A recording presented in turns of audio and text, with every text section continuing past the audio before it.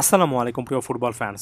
সংক্ষেপে Alexis Mac অ্যালিস্টারের এই সিজনের পারফরমেন্স সম্পর্কে একটু আলোচনা করব। বিশেষ করে তাকে ঘিরে ট্রান্সফার মার্কেটে কিছু রিউমার আছে এবং সেটার প্রেক্ষিতে আপনারা অনেকেই ম্যাক অ্যালিস্টার সম্পর্কে জানতে চেয়েছেন। আমি ওভারঅল ম্যাক অ্যালিস্টারের পারফরমেন্সের একটু ওভারভিউ দেওয়ার চেষ্টা করছি, তারপরে তাকে ঘিরে যে ট্রান্সফার রিউমারটা সেটার প্রসঙ্গে যাব। দেখুন, লিভারপুলের জন্য সিজনটা আসলে যতটা অসাধারণভাবে শুরু হয়েছিল, শেষটা হয়তো বা চ্যাম্পিয়ন্স লিগ সেই ইস্যুটার কারণে সেভাবে হচ্ছে না। তবে এখনও ইংলিশ প্রিমিয়ার লিগে তাদের যে আধিপত্য, সেই জায়গা থেকে আসলেই একটা অনেক খারাপ সিজন সেটা বলার সুযোগ নেই। বরঞ্চ আর্নে স্লটের অধীনে লিভারপুলকে অনেক বেশি স্ট্রাগল হয়তো বা করতে হবে ইপিএল, এটা অনেকে বলছিলেন, সেটা কিন্তু করতে হয়নি। তাই এখানে মিক্সড ওপিনিয়ন কিন্তু আছে লিভারপুল ওভারঅল কেমন খেলছে। এরপর যদি আপনি লিভারপুলের জার্সিতে অ্যালেক্সিস ম্যাক অ্যালিস্টারের পারফরমেন্সের দিকে তাকান, অনেকেই কেন জানি একজন মিডফিল্ডারের পারফরমেন্সটা গোল অ্যাসিস্টে মাপার চেষ্টা করেন, সেখানেও কিন্তু ডবল ডিজিটের কন্ট্রিবিউশন আছে, 6টা গোল 5টা অ্যাসিস্ট 11টা গোলের কন্ট্রিবিউশন আছে। তবে তার যে মূল পজিশন সেটার পারফেক্ট সামারি এই মুহূর্তে আপনি ছবিটাতে দেখতে পারবেন। এই ছবিটা বলছে ম্যাক অ্যালিস্টার অলরাউন্ডিং একটা প্যাকেজ মিডফিল্ডে আসলে কতটা অসাধারণ একটা সংযোজন বিশেষ করে লিভারপুলের এই সিস্টেমটাতে হয়েছেন। এখানে দেখুন, অনেক ক্রাইটেরিয়াতে তার পারফরমেন্সটাকে নাম্বারিং করা হয়েছে এবং অনেকটাই সার্কুলার একটা কিন্তু আপনারা মুভমেন্ট দেখতে পাচ্ছেন, অর্থাৎ প্রায় প্রত্যেক জায়গায় সমান লেংথের কিন্তু এখানে পয়েন্ট আছে।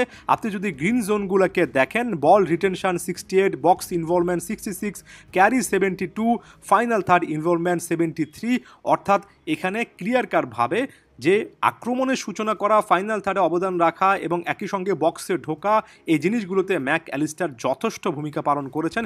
এরপর আপনি যদি কিছুটা হলে স্কাই ব্লু টাইপের এই রেঞ্জগুলোতে আসেন, ট্যাকলিং 64, রিকভারি 74, ইন্টারসেপশন 63, ডিসিপ্লিন এবং এরপরে ডিফেন্সিভ ওয়ার্ক রেট 74, এই জায়গাগুলো থেকে ক্লিয়ার কাটভাবে বোঝা যায় যে ডিসিপ্লিনারি ইস্যুটা বাদ দিলে ডিফেন্সিভ কন্ট্রিবিউশনে তার একটা বড় রকমের কিন্তু ভূমিকা আছে। আপনি যদি এরপর বাকি আর অনেকটা বল পায়ে মুভমেন্ট বা স্কিলের দিকে তাকান, তাহলে সেখানে aerial duels 59, creating 69, crossing 70, shot accuracy 61, shot volume 67 দেখতে পারবেন। এখানেও কিন্তু অনেকগুলো ক্রাইটেরিয়াতে হাই নাম্বার আছে। আমি যদি ইন জেনারেল বলি, তাই এই গ্রিন জোনটা শো করছে যে তিনি বলটা পায়ে রেখে অনেকটা উপরে উঠে এসে ফাইনাল থার্ডের অ্যাক্টিভিটি এবং বক্সে ইনভলভমেন্টের জায়গা থেকে ভালো ভূমিকা পালন করেছেন। স্কাই ব্লু এই টাইপের কালারটা ডিনোট করছে তিনি ডিফেন্সিভলি হাই ওয়ার্ক রেট রেখেছেন। বিশেষ করে তার রিকভারি, বল ইন্টারসেপশন, ট্যাকেল করাটা আসলে অন্য রকমের হয়েছে। এর পাশাপাশি রেড জোনগুলো বলছে তিনি ভালো ক্রস করেছেন, ভালো ভলিউম অফ শট নিয়েছেন এবং মোস্ট ইম্পর্টেন্টলি অনেক কিছু ক্রিয়েট করেছেন। প্রায় 69 এখানে দেখা যাচ্ছে। একটা প্লেয়ারের বল পায় স্কিল, বল পায় না থাকলে ডিফেন্সিভ স্কিল, বল পায়ে থাকলে গোল স্কোরিং অপরচুনিটি তৈরি করার ক্ষেত্রে স্কিল, সকল কিছুতে কিন্তু আপনি কাছাকাছি রকমের একটা সমতা দেখতে পাচ্ছেন। এবার যদি আমি ইন জেনারেল মিডফিল্ড প্রোফাইল বলি, একজন মিডফিল্ডার যিনি কিনা ডিফেন্সিভ ওয়ার্ক রেটটা অনেক হাই রাখেন, যিনি কিনা বল পায়ে বক্স ইনভলভমেন্ট অর্থাৎ বলটা ক্যারি করে অনেকটুকু উপরে উঠে আসার ক্ষেত্রে ভালো ভূমিকা রাখেন, যিনি কিনা গোল বরাবর শট নেওয়া, ক্রস করা, চান্স ক্রিয়েট করায় ভালো ভূমিকা রাখেন। একেবারে পিওর একজন সেন্টার মিডফিল্ডারের প্রোফাইল। এই একটা ছবি ডিনোট করে দেয় যে ম্যাক অ্যালিস্টার কতটা অলরাউন্ডিং পারফরমেন্স দিয়েছেন। এবং আপনি যদি এর পাশাপাশি বিভিন্ন অ্যাপে তার রেটিং পয়েন্টগুলো দেখেন, সেখানে বুঝতে পারবেন যে 7 থেকে 8 এ রেঞ্জের মধ্যে প্রায় প্রত্যেকটা ম্যাচের পারফরমেন্স কিন্তু দেখা যাচ্ছে ক্লিয়ার কাটভাবে। ম্যাক অ্যালিস্টার শুধুমাত্র যে ভালো খেলেছেন এটা নয়, খুবই ইম্পর্টেন্টলি ধারাবাহিকভাবে ভালো খেলেছেন। খুব কমই ম্যাচ আছে যেখানে তিনি আন্ডার পারফর্ম করেছেন। এরপর আমি রিউমারটাতে চলে আসি। রিয়াল মাদ্রিদ তাদের মিডফিল্ডে টনি ক্রুসের রিপ্লেসমেন্ট হিসেবে একটা প্রোফাইল খুঁজছেন এবং এখানে ম্যাক অ্যালিস্টার রিয়াল মাদ্রিদের রাডারে আছেন, এটা একেবারে স্পষ্ট। একই সঙ্গে এটাও বলে রাখা ভালো যে শুধুমাত্র ম্যাক অ্যালিস্টার নয়, আরও একাধিক প্লেয়ারকে কেন্দ্র করে তারা কিন্তু আসলে প্ল্যান করবে। ফাইনাল ডিসিশনটা তারা হয়তোবা সিজনের শেষ হওয়ার পরে নেবে। এমনকি লিভারপুলে এই ম্যাক অ্যালিস্টারের সতীর্থ রায়ান গ্রাভেনবার্চও কিন্তু আছেন এই লিস্টার মধ্যে।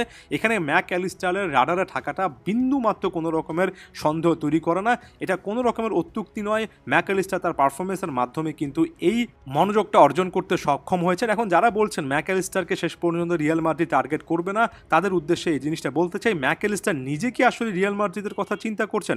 সর্বশেষ মাত্র কিছুদিন আগে ম্যাক অ্যালিস্টারের বাবা একেবারে ক্লিয়ার কাটভাবে বললেন যে ম্যাক এই মুহূর্তে লিভারপুলে ভালো আছে, লিভারপুলের সাথে তার একটা চুক্তি আছে, সে এই সিজনটা ভালোভাবে শেষ করবে, তারপর একটা লম্বা ভ্যাকেশন নেবে যেটা সে গত সিজনে নিতে পারেনি।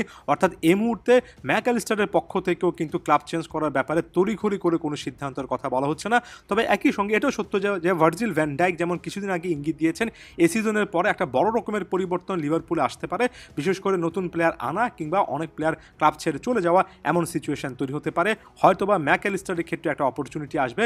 তবে রিয়াল মাদ্রিদের আগ্রহের প্রেক্ষিতে ম্যাক অ্যালিস্টারের এখন পর্যন্ত মুভমেন্টটা স্পষ্ট নয়, এবং শেষ পর্যন্ত তিনি যদি লিভারপুলে থেকে যান সেটা তো নেগেটিভ কোনো কিছু নেই, কারণ ক্লাব হিসেবে লিভারপুল কোনো রকমের ছোট কোনো ক্লাব নয়, এটা তো একেবারে বলাই বাহুল্য। সব মিলিয়ে ম্যাক অ্যালিস্টারকে কেন্দ্র করে আসলে কোনো রকমের শঙ্কা, কোনো রকমের প্রশ্ন তোলার বিন্দুমাত্র কোনো কারণ আমি দেখছি না। ধন্যবাদ সবাইকে।